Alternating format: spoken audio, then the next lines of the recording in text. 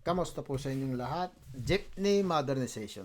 Balik na naman po tayo dito. At ang mahirap pa nito, hanggang katapusan ng December 31, dapat ay ma-phase out na itong mga jeepney. Mawala na talaga.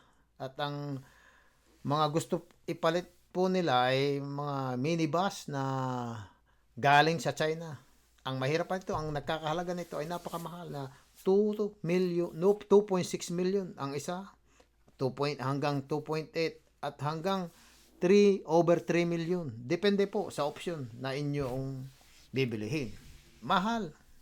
Ay ang tanong po dito, ay ready na po ba tayo na dahil palibasa sa kapital na gagamitin na ito ng ating mga driver ay mapipilitan po silang itaas ang pasahe. Okay? Hindi lang ang kalahati, kundi baka madubli pa.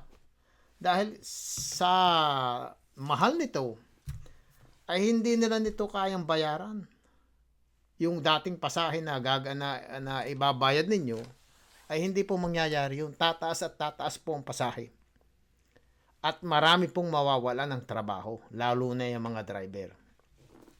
Pero para malaman po natin ang mga detalyahin nito, ay ating pong pakikinggan si Mar Balbuena ng Manibela. Dito po ay ini-interview po siya ni Karen Davila ng ANC. Panoodin po natin. Given, right? And the phase that the government the timeline is 5 years. Tama ito, sir?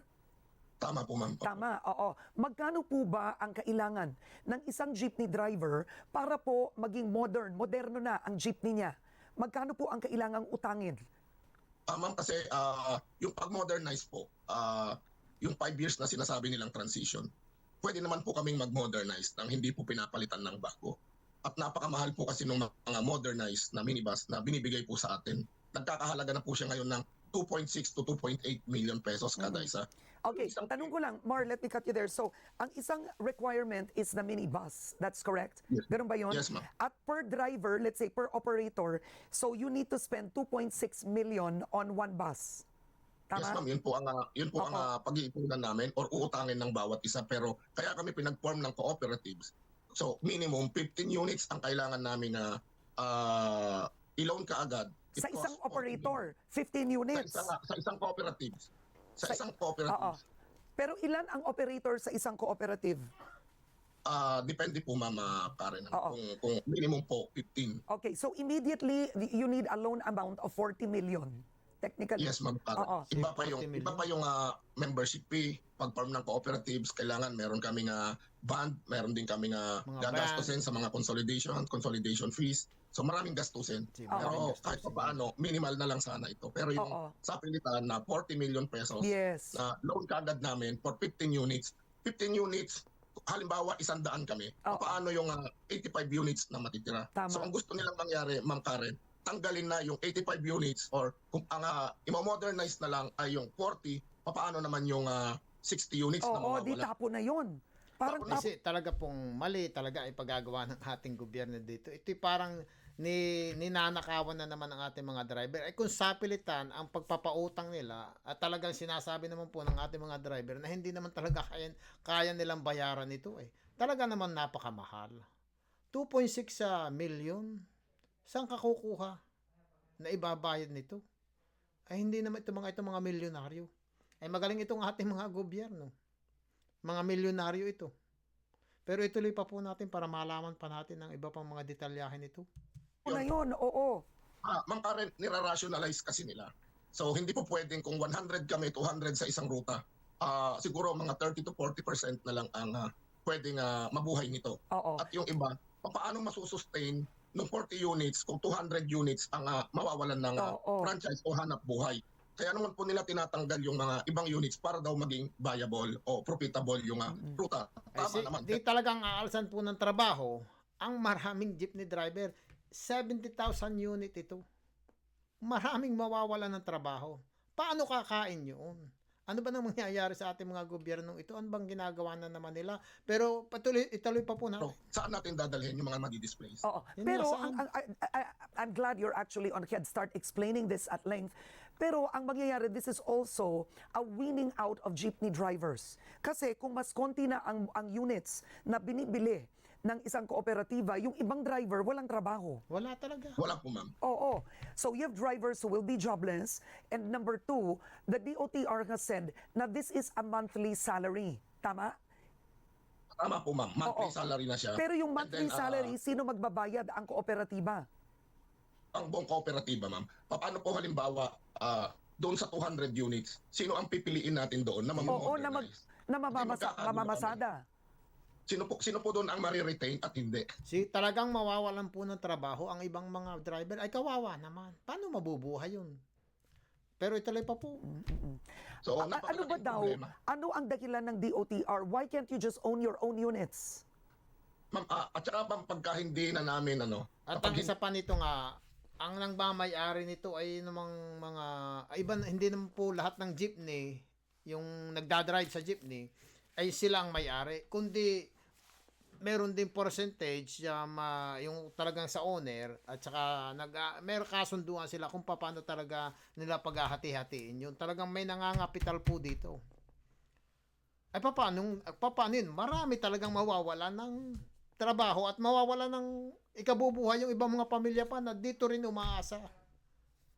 Pero tuloy pa. hindi na namin ito, kahit mabayaran namin ito, hindi mo magiging pag-aari bilang individual yung unit. Ayun pa, isa pa. Hinuhulugan mo yung unit, hindi mo magiging pag-aari.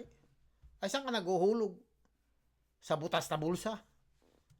Kundi nasa kooperatiba. Oo. Alam niyo po, Ma'am Karen, may mga precedents na yung mga naunang nag-modernize, napag-initan yung member, tinanggal. Yeah. Nagsampa sila ng kaso sa Regional Trial Court o Municipal Trial Court, natalo kasi wala nang pangalan doon sa mga units. Oo. Wala Ay, tingnan mo, Ken, ay parang ninakaw ng harap-harapan. Ninakawan ang Pilipino ng harap-harapan. Anong ginagawa ng ating mga kongreso dito? Bakit hindi ito iniimbestagahan? Pero ituloy pa natin to. Yeah. Well, I actually read an experience. I'm not sure, was it Maribela? Was it your group or another group that partnered with Chinese operators? Okay. And at one point when, kumbaga hindi kumikiting pamamasada, the Chinese operators essentially did not pay the Filipino drivers something like 800 pesos a day. Ang nangyari, nawala ng trabaho, nawala ng kita, wala rin yung pangakong dividends. Tama po, Mama Karen. Oo. Marami sa amin ang Ay, itong ganito mga pangyayaring ganito, sana naman pinakikinggan ito ng ating presidente, ni Marcos. Ano bang ginagawa naman ito? Ay, nawawala ng lahat eh. Ang Pilipino, ninanakawan, harap-harapan ng Chinese. Ito namang West Philippines Sea, talagang binabanatan din tayo diyan. Ay, lahat na galang ay Chinese ang... Ay, tuloy pa. nawalan ng trabaho. Nawalan ng Kinuha na trabaho. yung mga units. Bukod dun sa tinanggal yung driver, kinuha yung units at yung Oo. Chinese na yon. Siya na ang nagmay-ari lahat Yeah. ng sasakyan. Pati yung rutang dinevelop namin ng matagal na panahon, siya na ang may-ari ngayon. So, Ayun. Bakit nagkaganon at wala namang ang Kongreso naman, bakit naman hindi ito pinakikialman? O kaya tinatawag yung Chinese na yun? O kaya tinatawag itong mga hayop na chairman na ito ng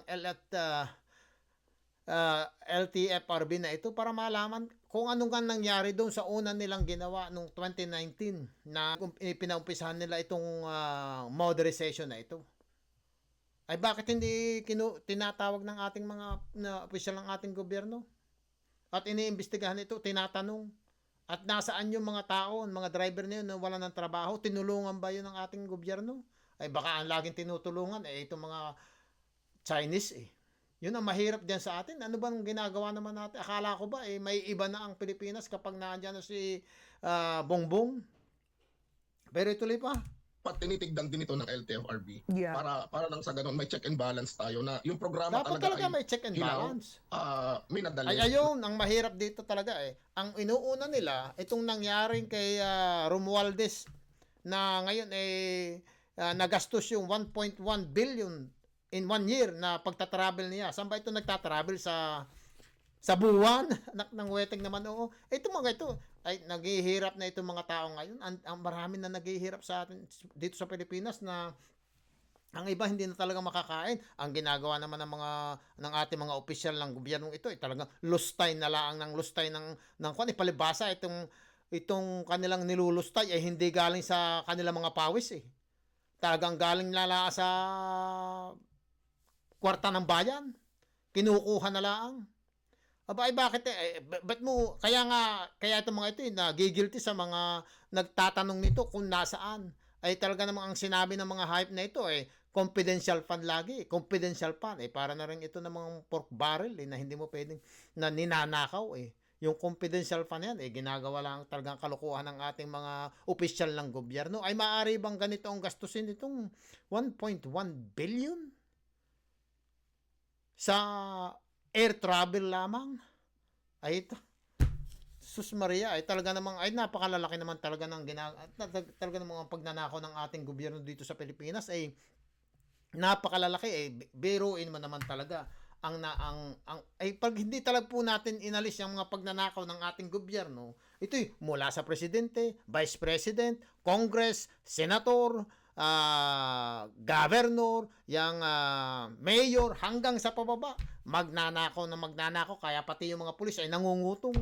Ay dahil talaga sa nangyayaring nasa itaas, nangunguna yung pagnanakaw Ay katulad ganito, naghihirap ang mga, mapipace out na, okay? Itong ating mga jeepney, itong mga driver, wala nang magiging hanap buhay. Ang ginagawa pa ng mga hayop na itong chairman na ito, na si Teofilo Guades na ito, chairman Dan Artes na ito, at Jaime Bautista, itong dapat mga hayop na ito ang naging ma-face out. Hindi na itong mga ito alam ang mga ginagawa nila. Yun nga, sinabi na, yung nangyaring 2019. Ano nangyari? Sinamsam, napapunta sa Chinese, pati yung route na kanilang ginagawa noon, napapunta na rin sa Chinese. Ay bakit, ang sinasabi ko lang dito, bakit naman hindi ito pinakikialaman ng ating mga Congress?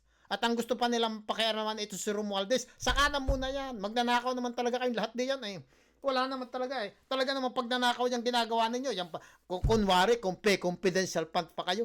Magnanakaw talaga kayo. Diretsuhin na natin. Para wala nang kung itatanong pa niyo bakit nagigilty kayo sa mga, hindi naman kayo magigilty rin kahit malaman niyo kayo magnanakaw Ituloy pa nga natin ito na kaunti. Makapag-transition lang pero hindi nila tinignan yung epekto nito doon sa ating mga drivers and operators. Hindi muna hindi ka nila na pinag-aaralan muna ito kung talaga magiging successful. At saka alam mo kung talaga ito'y successful. Ang gobyerno siya mangunguna nito na siyang maglalagay ng kapital nito Palibhasa alam nila na hindi. At ang pahihirapan po nila, itong mga Pilipino. Ito pa rin mga Pilipino.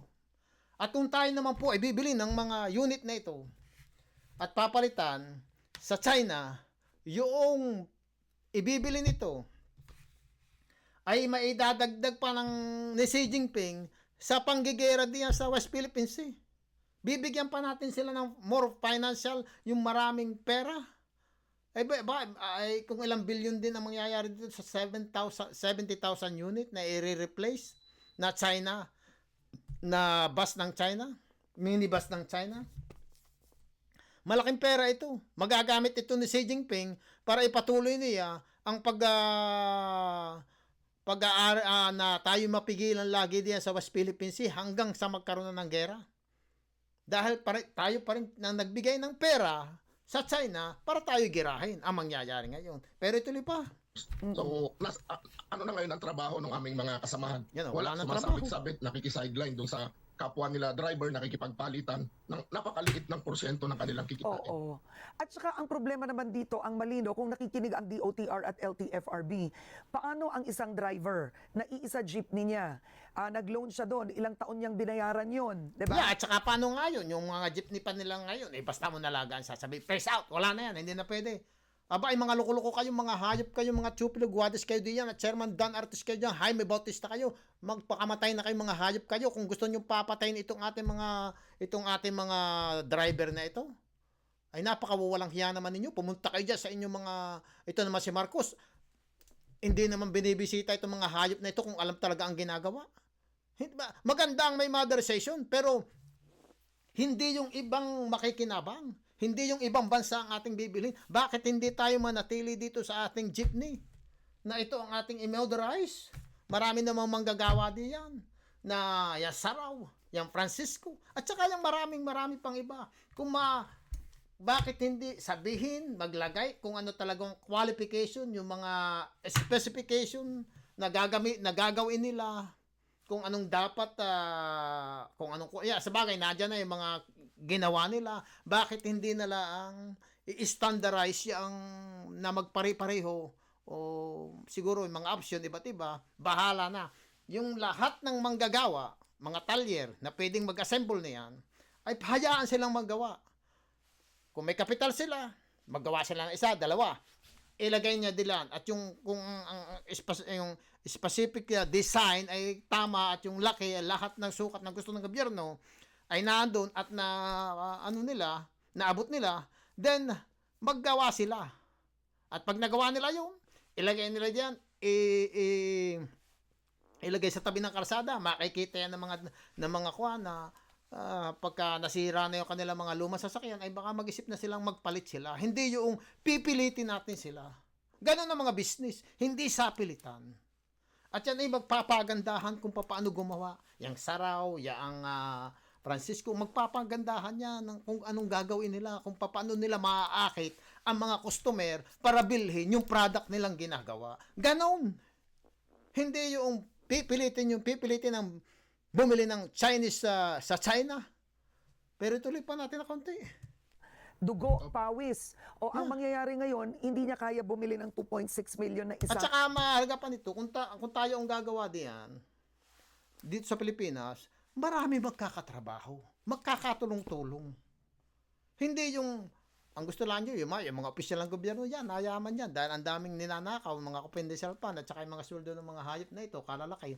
In any way, at ang atin naman talagang GDP ay napakababa, para pasweldohin ang mga opisyal ng gobyerno ng ganitong kalalaki. Abay, kwentahin ninyo. Kaya marami rin naghihirap diyan sa atin. At saka, tingnan nyo yung aking ginawang nag-video ako nung pinaalis lagi ang mga vendor. Bakit hindi ayusin? Bakit hindi bigyan ito ng mga kaunting lugar diya kung saan man nakakapagtinda sila at nakapaghanap buhay? Ay, hindi sa halip na tulungan, pinapatay ninyo ang mga mamamayan ito naghihirap, naghanap buhay, talagang pinipilit nilang mabuhay ng walang hihingin sa gobyerno, kundi ang hinihingi lang nila ay maayos kung paano, kung talaga saan nyo gusto sila. Hindi naman nyo dapat, huwag naman siya ilalagay doon sa place na wala namang dadaan tao. Ibig ko lang sabihin, ngayon, ang gagawin naman ninyo, papatay naman ito mga driver natin, pauutangin ninyo. Gusto ninyo magkapital ng milyon-milyon na hindi naman alam natin kung talagang successful itong gagawin ng mga hayop na LTFRB na ito. Itong dapat mga LTFRB na ito ang siyang ma-phase out dahil itong mga gago, walang alam. Wala, kaya umiinit ang ulo ko dito sa ganito Lagi na lang pinahihirapan ang mga Pilipino. Buhat pa noon. Yung naghihirap, pahirap ng pahirap. Hindi na talaga mabigyan ng maiba. Sana naman ay maiba po sa inyo. Sa ating bagong presidente. Maiba ang buhay. Hindi naman naghahanap ang mga Pilipino ng mayamang-mayaman sila Kundi ang hinahanap lang talaga nila ay sila makakain, mayroong tirahan, mayroong hanap buhay. Yun lang ang gusto ng Pilipino, maligaya na pag may sakit, nakakapagpagamot. Yan. Hindi naman, gusto talaga natin maging milyonaryo. Pero ibig ko lang sabihin, ang iba, talaga namang gusto lang po nilang mabuhay ng may makakain everyday. At may hanap buhay silang hindi na pangmatagalan, hindi yung the next day ay wala na. Ganun naman po tayo mga Pilipino. Masisipag tayo. Pero wag po natin pabayaan ang iba. Atin pong lunasan yung nagiging problema. Hindi yung lalo silang sisipain ninyo. Saan sila pupunta? Gusto po ninyong magnakaw? Maglimos? Mabuti. Talagang ang mga Pilipino talagang gustong mabuhay yan na sa paghahanap buhay. Opo, ganun. Hindi yung basta na lang sasabihin natin modernization, iwanan na yung iba. Huwag na magtrabaho yung iba. Ay kung kayo kaya mga gobyerno ang huwag kayo magtrabaho din. Ano kaya pakilasa? Ano kaya mararamdaman ninyo? Pare-pareho tayong dapat magsama-sama sa kahirapan at sa kayamanan. At huwag nating nakawan ang kaban ng bayan. Magiba na. Ito pa, atin pong lilinawin din itong kay Romualdez na ito Sunday. Hanggang sa muli po, ito po si Art. Maraming pong salamat.